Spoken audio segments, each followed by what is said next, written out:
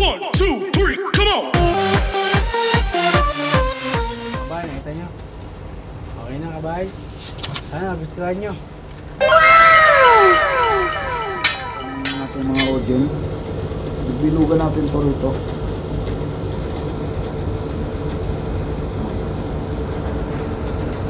Bakit pare binibilugan yun? Malalaman mo yan mamaya. Yan. Pero ito, hindi ko alam kung kaya ko pa to. Kaya yan pare. Shut up! So, hindi ko na talaga to alam. Yan.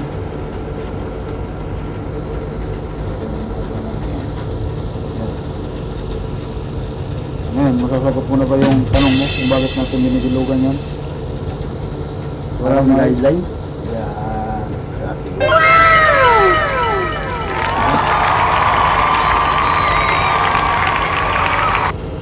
Yan, ano rin yun, lima rin yun. Hindi na palaki ko yata yung una.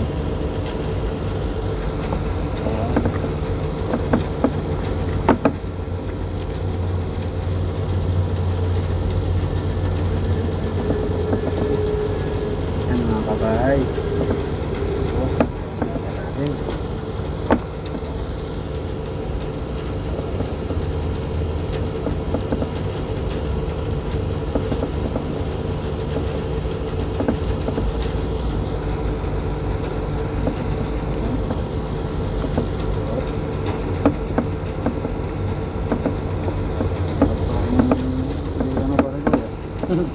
Labas na natin. Baka mainitan. Tapasin na lang natin yung plan. So, yung gawa natin siya ng yan. Yan. Yan. Pwede rin naman yung ginawa natin. Kung medyo maliit sana yung ano, patungan.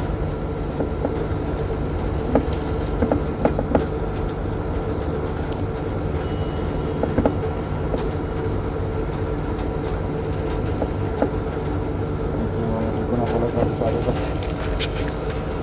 Pare, kahit 5 kilong pa kung pare, bibili tayo ulit.